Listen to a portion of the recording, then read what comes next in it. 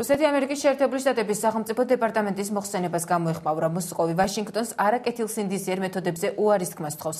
რუსი დიპლომატები ამერიკელ კოლეგებს ადანაშაულებენ, რომ შეერთებული შტატების სახელმწიფო დეპარტამენტი ორ ქვეყანას შორის დაწყებულ გადატვირთვას ვერ ამჩნევს. შეერთებული შტატების საგარეო უწყებამ 2009 წელს რუსეთსა და მსოფლიოს სხვა ქვეყნებში დემოკრატიის მდგომარეობის შესახებ მოხსენება მიმდინარე წლის მაისში გამოაქვეყნა. რუსეთის საგარეო უწყების ოფიციალურ საიტზე განთავსებულ ცნობაში კი რუსეთი ვაშინგტონს ორმაგი სტანდარტების გამოყენებაში და დარიგებებისა და მორალის სწავლების ენით საუბრის მცდელობაში ადანაშაულებს. რუსი დიპლომატები ამერიკელ კოლეგებს ურჩევენ უფრო არსებითად გაერკვნენ ადამიანის უფლებების დაცვის პრობლემებთან დაკავშირებით. Freedom House-ისა და Nations in Transit-ის ექსპერტები ასკვნიან, რომ დემოკრატიის გაუარესების თვალსაზრისით ევროპის და აზიის 29 ქვეყნიდან ბოლო 10 წლის განმავლობაში ყველაზე მძიმე ვითარება რუსეთშია. ჰილარი კლინტონმა რუს ჯაშუშებთან დაკავშირებით პირველი კომენტარი გააკეთა. მისი თქმით, ჯაშუშური სკანდალი რუსეთთან თანამშრომლობისას საერთო ინტერესებს არ ვნებს. პოლონურ ტელევიზიასთან ინტერვიუში კლინტონმა ისიც აღნიშნა, რომ შეერთებული შტატები საკუთარი ინტერესების დაცვას განაგრძობს. ჯაშუშების შემთხვევამ აჩვენა, რომ როცა პრობლემა არსებობს, ის გადაწყვეტას მოითხოვს. ეს ადამიანები დააკავეს და მათ საკითხს შეერთებული შტატების იუსტიციის სისტემა გაარკვევს, განაცხადა ჰილარი კლინტონმა. ამერიკის შეერთებული შტატების სახელმწიფო მდივანმა პრეზიდენტ ობამას წელიწად ნახევრიანი მმართველობის შესახებაც ისაუბრა. ჟურნალისტის კითხვაზე ეთანხმება თუ არა იმ მოსაზრებას, რომ რუსეთი უკეთესობისკენ იცვლება, კლინტონმა უპასუხა, რომ ბოლო პერიოდში რამდენიმე პოზიტიური ნიშანი მართლაც გამოჩნდა. მისი თქმით, ორი ქვეყანა ბირთვულ ხელშეკრულებაზე მუშაობს. რუსეთი ამერიკას ავღანეთში ეხმარება საერთო ინტერესი ირანისთვის სანქციების დაწესების საკითხშიც არსებობს.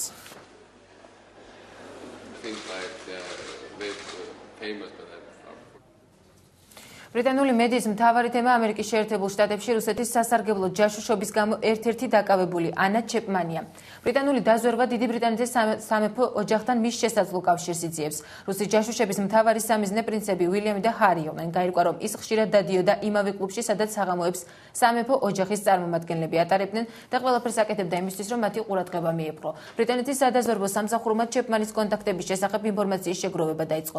ერთ-ერთი ცნობით ის პრესტიჟული კლუბების დირექტორებთან მეგობრობდა და დახურულ საღამოებზე სწორედ მათი მეშვეობით ხვდებოდა. ანა ჩეპმანმა, რომელიც კოდურ სახელწოდებად 90-60-90 აირჩია, საბოლოოდ მაინც შეძლო პრინცებთან დაკავშირება. ამჟამად ბრიტანეთის დაზვერვა იკვლევს წარმოადგენდა თუ არა ანა ჩეპმანის სამეფო ოჯახისათვის საფრთხეს. 28 წლის ჩეპმანი, რომელიც მანჰეტენზე დააბატიმრეს, ბრიტანული მასმედიის ცნობით დაახლოებით 5 წლის წინ ლონდონში მუშაობდა.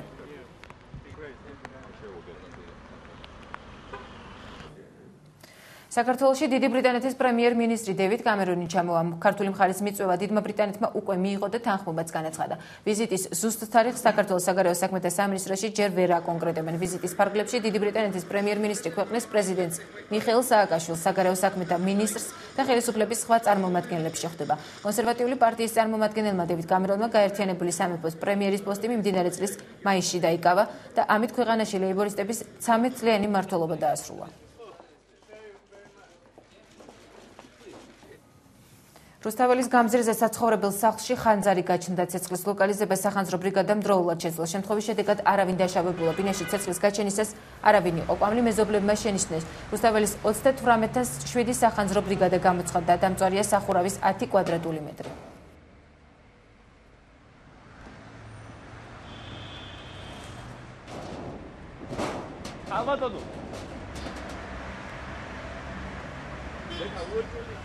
შეტყობინება შემოსულია რუსთაველის 38 ნომრის სახურავიდან იყო ბოლი ამოდიოდა. ეგრევე გამოსვლისთანავე 10 ჯგუფი გამოვიდა, ვინაიდან ვიცით, რომ აქ ძველი ტიპის სახლებია და იტალიური ტიპის სახლებია და ადვილად ვრცელდება ხანძარი. მოსვლისთანავე დადასტურდა, რომ დაახლოებით 10-15 კვადრატულზე იყო მოდებული სასხენო გადახურვაზე მეორე სართულის. 5 წუთში იქნა ლოკალიზებული, 10 წუთში მთლიანად ლიკვიდირებული ხანძარი. ამ დილით მესამე სართულზე არის სამშენებლო კომპანია და იმათმა შენიშნეს, რომ იყო სუნი ციდამწურის და იყო კვამლი, ბოლი და სასწრაფოდ გამძახებული იქნა სახანძრო, რომლებმაც აი მართლაც რომ რაღაც წამებში უკვე აქ იყვნენ და მოახდინეს სათანადო რეაგირება. იაშვილის სახელობის კლინიკაში 5 წლის ჩვილი რეანიმობილით გადმოიყვანეს. ბავშვი ქუთაისში ავტოავარიის შედეგად მძიმედ დაშავდა. შემთხვევა ქალაქის ერთ-ერთ გასასვლელში, ეგრეთ წოდებულ სამტრედიის ხიდთან მოხდა. სამტრედიელი მირზა კალაძე ქუთაისის ნომერ 1 სამშობიაროში 2 ივლისს დაიბადა. სამშობიაროდან გაწერის შემდეგ ჩვილი სახლში ბაბუას მიჰყავდა. მის ოპელის მარკის ავტომანქანას ვოლგა შეეჯახა. მანქანაში მსხდომები დაშავდნენ. 5 დღის ჩულს კი დაზიანებები თავის არეში აღენიშნება. პაციენტი შემოსულია ქუთაისის კატასტროფის მიერ ინტუბირებული უმძიმესი მდგომარეობა. აქ არის ქალატვინის ტრავმა, ტრავმული შოკი, ინტრაკრანიალური სისჩაქცევა. ამჟამად იმყოფება აპარატის უმთქვაზე, პროგნოზულად ძიმია და ალბათ არაკეთილ საიმედო, თუმცა მედიკების მიერ ყველაფერი კეთდება ბავშვის გადასარჩი.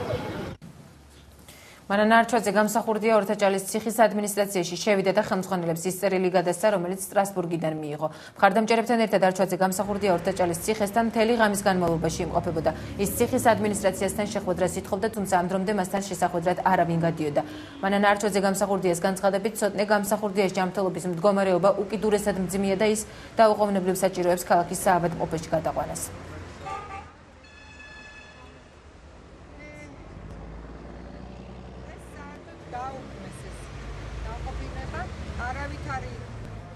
გუშინ 10 საათიდან, ესე იგი 6 ივლისის 10 საათიდან დგავართ აქ. ეხლა რომელი საათია? ნამდვილად ეხლა პირველის ნახევარია და შეგნებულად არაღებენ აი ზუსტად იმ კარებს, სადაც უნდა გავიარო პირველ რიგში რეგისტრაცია და შემდეგ უნდა შევიდე კანცელარიაში, სადაც უნდა გადავცე ეს დოკუმენტების შესაბამისი რეგისტრაციით. ყოველივე ამას თავს არიდებენ. ცოტნე გამსახურდიას დაცვის მხარე ევროსასამართლოს დადგენილების შესრულებას ითხოვს. სტრასბურგის სასამართლოდან მიღებული წერილის მიხედვით ცოტნე გამსახურდია დაუყოვნებლივ უნდა გადაეყვანათ თბილისის საქალაქო საავადმყოფოში. ადვოკატების თქმით, ქართული მხარე აცხადებს, რომ მსგავსი დადგენილება მათ არ მიუღიათ. გამსახურდიას უფლებადამცველებმა ადამიანის უფლებათა ევროპულ სასამართლოს წერილი 26 ივნისს გადაუგზავნეს. მათი თქმით, პასუხი რამდენიმე დღის შემდეგ 30 ივნისს მიიღეს. მიმართვა სტრასბურგში მათ კიდევ ერთხელ გუშინ გააგზავნეს. დაცვის მხარემ ჯერ კიდევ მიმდინარე წლის 26 ივნისს მიმართებთ ადამიანის უფლებათა ევროპულ სასამართლოს, გამომდინარე იქიდან, რომ ცოტნე გამსახურდია მიმდინარე წლის 3 მაისიდან პერმანენტულად შიმშილობს და მისი ჯანმრთელობის მდგომარეობა საგრძნობლად დამძიმებულია და ფატალური შედეგამდე არის უკვე მისული. მთავრობამ, საქართველოს მთავრობამ მიიღო შესაბამისი მითითება თანახმად სასამართლოს რეგლამენტის 39 მუხლისა და 54 მუხლისა, რომ დაუყოვნებლივ გადაეყვანათ ცოტნე გამსახურდია შესაფერის სამკურნალო დაწესებულებაში და ჩაეტარებინათ ადეკვატური მკურნალობა, რაც არ მოხდა. საქართველოს ხელისუფლება არ ასრულებს ევროსაბჭოს მითითებას, რითაც არ ღვევს თავის ვალდებულებას. ჩვენს წინ არის დოკუმენტი, რომელიც დადასტურებულია, რომ 30 ივნისს გამოგზავნილია როგორც ადვოკატების მისამართით, ასევე საქართველოს ხელისუფლების მისამართით და მითითებულია, რომ საქართველოს ხელისუფლებას ევალება მოშიმშილე ცოტნე გამსახურდია გადაეყვანოს ქალაქის სასამართლოში ადეკვატურ პირობებში და უზრუნველყოს მისი სიცოცხლის და ჯანმრთელობის შენარჩუნება. ხელისუფლება აცხადებს, რომ მათ არ მიუღიათ ეს რეკომენდაცია, რომელიც ევროსასამართლომ გამოგზავნა და ჩვენს მიერ მიტანილი ეს დოკუმენტი ვერ იქნება იურიდიული დოკუმენტი. არასამთავრობო ორგანიზაცია პოლიტიკური პატიმრები ადამიანის უფლებებისთვის საზოგადოებას მუხროვანის ამბოხებულების სასამართლო პროცესზე დასწრებისაკენ მოუწოდებს. ორგანიზაციის ხელმძღვანელთა ინიციატივით არასამთავრობო ორგანიზაციების წარმომადგენლებთან შეხვედრა გაიმართა. მუხროვანის ამბოხებაში ეჭვმიტან 22 პირის საქმეს სასამართლო 9 ივლისს განიხილავს. პოლიტიკური პატიმრები ადამიანის უფლებებისთვის სასამართლოს ობიექტურობისაკენ მოუწოდებენ. დღეს შევიკრიბეთ სამოქალაქო საზოგადოების წარმომადგენლები, არასამთავრობო ორგანიზაციები, უფლებადამცველები და გვინდა ჩვენი პოზიცია დავაფიქსიროთ.